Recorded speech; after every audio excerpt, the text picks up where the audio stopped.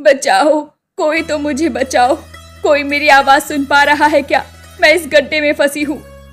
अरे, ये आवाज तो यहीं कहीं आसपास से आ रही है। लगता है कोई मुसीबत में है। भास्कर अब इधर उधर अपनी नजरें दौड़ाने लगता है। तभी उसकी नजर पास के गड्ढे में पड़ती है, जहाँ एक बूढ़ी औरत फंसी हुई थी। भास्कर अपनी पत्नी अन्नपूर्णा और 12 साल की बेटी दिव्या के साथ रहा करता था। भास्कर और उसका परिवार बेहद गरीब था। भास्कर जो काम करके लाता, उसी से उसके 2 वक्त की रोटी का गुजारा होता। लेकिन आज भास्कर बहुत उदास घर लौटकर आता है। अजी, आप इतनी जल्दी काम से कैसे लौट आए? और दिन तक तो आप शाम तक आते थे। आपकी तबीयत तो ठीक है ना? हाँ अन्नपूर्णा, तबीयत तो ठीक है, लेकिन किस्मत खराब है। मुझे कुछ समझ नहीं आ रहा, क्या करूं? ऐसी बातें क्यों कर रहे हैं आप? कोई बात हुई है क्या? हाँ, आज सुबह शहर से कई सारे लोग आए थे। उन्होंने सरपंच जी के गोदाम में जांच पड़ताल की और उसके बाद गोदाम में ताला लगा दिया। वो लोग कह रहे थे कि सरपंच जी मिलावटी मसाला बेच रहे हैं। इसका मतलब कि आपका काम छूट गया। हे प्रभु, गांव के आधे लोग तो सरपंच जी के गोदाम में काम करके 2 वक्त की रोटी का गुजारा कर लेते थे। अब गोदाम ही बंद हो गया तो हम गरीबों का क्या होगा? यही सोच सोच कर मैं परेशान हो रहा हूँ। मुझे कुछ समझ नहीं आ रहा, लेकिन मुझे मेरे भोलेनाथ पर पूरा भरोसा है, वो सब ठीक करेंगे। अजी, आज घर में अन्न का एक दाना भी नहीं है। मेरा नाम अन्नपूर्णा जरूर है, लेकिन मैं भी अन्न की पूर्ति नहीं कर सकती। मैं कुछ करता हूँ, तुम चिंता ना करो। भास्कर अब घर से निकल पड़ता है और वो लाला की दुकान पर जाता है। लेकिन लाला भास्कर को पिछला पैसा उधार होने की वजह से राशन नहीं देता। अब वो इधर उधर भटकता है, लेकिन उसके हाथ कुछ नहीं लगता और फिर से भास्कर उदास होकर घर आता है। क्या हुआ, खाली हाथ लौट आए? कोई बात नहीं, मैं अभी झुमरी काकी से चावल और आटा लेकर आई हूँ। आज का इंतजाम हो जाएगा, कल के बारे में कल सोचेंगे। पिताजी, आप इतना परेशान क्यों हैं? क्या मैं आपकी कोई मदद कर सकती हूँ? नहीं बिटिया, अभी तो बहुत छोटी है और तुझे अभी अपनी पढ़ाई लिखाई पर ध्यान देना है, इन सब बातों पर नहीं। अन्नपूर्णा रात के खाने का इंतजाम तो कर लेती है, लेकिन अगली सुबह हर दिन की तरह भास्कर उठकर भोलेनाथ के मंदिर जल लेकर पहुंचता है। हे प्रभु, इस विपदा में मेरी मदद करना। मेरा काम छूट चुका है, घर में अन्न का दाना नहीं है और मुझे कुछ समझ भी नहीं आ रहा, मैं क्या करूं? मैं अपने परिवार को भूखा नहीं देख सकता। इतना कहकर भास्कर रो पड़ता है और अपना सारा दुख अपने भोलेनाथ को कह सुनाता है। अब जब भास्कर घर आता है तो वो देखता है कि उसके घर से साधु भिक्षा मांगकर लौट रहे हैं। अरे अन्नपूर्णा, तुमने उन साधु बाबा को खाली हाथ तो नहीं लौटाया ना? जी नहीं, आधा कटोरी आटा और थोड़ी सी चावल थी तो मैंने उन्हें दे दिए। हमारे द्वार पर कितनी आस के साथ वो साधु बाबा आए थे, भला मैं उन्हें खाली हाथ कैसे लौटाती? अगर मेरे पास कुछ ना होता तो मैं उनसे क्षमा मांग लेती। अब तो घर में अन्न का एक भी दाना नहीं है। ठीक है, मैं काम ढूंढने निकल रहा हूँ, कहीं ना कहीं से बंदोबस्त हो ही जाएगा। सुनिए, अभी जो साधु बाबा गए हैं उन्होंने मुझे बताया कि सभी परेशानियों का हल एक बार कावड़ यात्रा पर जाने से होगा, जिससे कई सारी दिक्कतें परेशानियां दूर हो जाती हैं। हाँ बिल्कुल अन्नपूर्णा, मैं भी यही सोच रहा था। थोड़े पैसों का बंदोबस्त हो जाए तभी तो मैं कावड़ यात्रा को लेकर हरिद्वार निकलूंगा। यहाँ तो खाने के लिए भी आफत आ गई है। भास्कर अब घर से निकल जाता है। वो काम की तलाश में था और कई जगह काम मांगता भी है, लेकिन उसे कहीं कोई काम नहीं मिलता। अब वो थक कर एक दुकान के पास बैठ जाता है। तभी उसके पास एक सेठ जी आते हैं। सुनो, क्या तुम मेरी मदद कर सकते हो? मदद के बदले थोड़े पैसे ले लेना, क्योंकि मुझे कोई भी अनाज की बोरी उठाने के लिए नहीं मिल रहा है।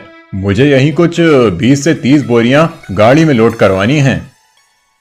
हाँ साहब, जरूर जरूर, मैं अभी आपकी अनाज की बोरियां गाड़ी में लाद देता हूँ। इतना कहकर भास्कर गाड़ी में बोरियां लादने लगता है। कुछ ही समय में अनाज की बोरियों को वो गाड़ी में लाद देता है। सेठ भी खुशी से भास्कर को 500 रुपए देते हैं, जिसे देखकर भास्कर खुद से कहता है, चलो आज के खाने का बंदोबस्त तो हो गया और साथ में हरिद्वार जाने का भी बंदोबस्त। क्या तुम हरिद्वार जा रहे हो? अरे वाह वाह, क्या बात है। ये लो 5000 रुपए। इन पैसों का तुम गंगा मैया को प्रसाद चढ़ा देना और जो बचे वो अपने पास रख लेना। भास्कर अब उन पैसों को लेकर घर आता है और उनमें से कुछ पैसे भास्कर अपनी पत्नी को देता है और कुछ पैसे निकाल कर अब वो निकल पड़ता है अपनी यात्रा के लिए। रास्ते में भास्कर कई जगह आराम करता हुआ हरिद्वार पहुंचता है और गंगा जी को प्रसाद चढ़ाकर गंगा जल लेकर भोलेनाथ पर जल चढ़ाते हुए उनसे कहता है, हे प्रभु, अब तक आपने ही हमेशा मेरी मदद की है, आगे भी आप मेरा साथ देते रहिएगा। आज मैं यहाँ बस आपकी वजह से आया हूँ, वरना कल तो मैंने सोचा भी नहीं था कि मैं आपको जल चढ़ाने इतनी दूर आ पाऊंगा। अपने इस गरीब कांवड़िया भक्त के हाथों से जल स्वीकार करें प्रभु, जल स्वीकार करें। अब भास्कर जल चढ़ाकर घर की तरफ लौट रहा होता है। वो थका हुआ था और एक पेड़ के नीचे अपनी कावड़ टहनी पर टांग कर बैठ जाता है। तभी उसके कानों में एक आवाज आती है, बचाओ, कोई तो मुझे बचाओ, कोई मेरी आवाज सुन पा रहा है क्या? मैं इस गड्ढे में फंसी हूँ। अरे, ये आवाज तो यहीं कहीं आसपास से आ रही है, लगता है कोई मुसीबत में है। भास्कर अब इधर उधर अपनी नजरें दौड़ाने लगता है। तभी उसकी नजर पास के गड्ढे में पड़ती है, जहाँ एक बूढ़ी औरत फंसी हुई थी। अरे अम्मा, इतनी सुनसान जगह पर आप क्या कर रही हैं? पहले आप इस गड्ढे से बाहर आइए। बेटा, तुम्हारा बहुत बहुत शुक्रिया जो तुमने मेरी मदद की। कब से मैं इस गड्ढे में फंसी हुई हूँ। मैं तो इस जंगल से लकड़ियाँ लेने गई थी और गड्ढे में गिर गई। कोई बात नहीं, बताइए आपका घर कहाँ है? मैं आपको आपके घर तक पहुँचा देता हूँ। मेरा कोई ठिकाना नहीं है, मेरा कोई घर बार नहीं। मैं जहाँ ठहर जाऊँ वही मेरा घर और ठिकाना हो जाता है। तुमने मेरी मदद की, इसके लिए तुम्हारा बहुत बहुत शुक्रिया बेटा।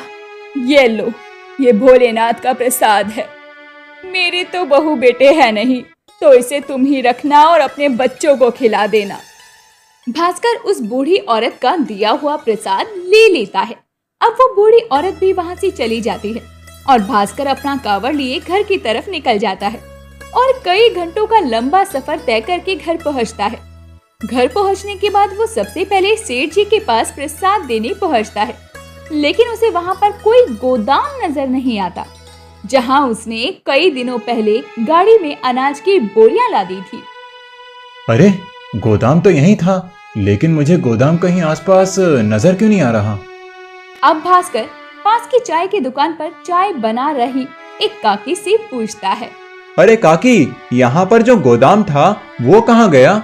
मैंने यहाँ पर कुछ दिन पहले कई सारी अनाज की बोरियां गाड़ी में लादी थीं और अब मैं यहाँ पर आया हूँ तो वो गोदाम मुझे कहीं दिखाई नहीं दे रहा। अरे बावड़ा हो गया है क्या? यहाँ कोई गोदाम कभी भी नहीं था और तू किस गोदाम की बात कर रहा है? अरे नहीं नहीं, यहाँ कोई गोदाम नहीं है, लगता है कोई सपना देख लिया होगा तूने बेटा। नहीं नहीं, सच में काकी, यहाँ पर कुछ दिन पहले गोदाम था, मैंने उस गोदाम से अनाज की बोरियां ला दी हैं। भास्कर भी घर जाकर अपनी पत्नी अन्नपूर्णा को सारी बात बताता है। अन्नपूर्णा भी ये बातें बहुत अजीब है, इसी बात की हाँ में हाँ मिलाती है। तभी भास्कर अन्नपूर्णा से उस बूढ़ी औरत का दिया हुआ प्रसाद का नारियल तोड़ने को कहता है। उस थैली में कई सारे नारियल थे। जब अन्नपूर्णा उस नारियल को तोड़ती है तो उसमें से पैसे, सोने चांदी के सिक्के मिलते हैं और ये देखकर अन्नपूर्णा और भास्कर दोनों ही हैरान रह जाते हैं।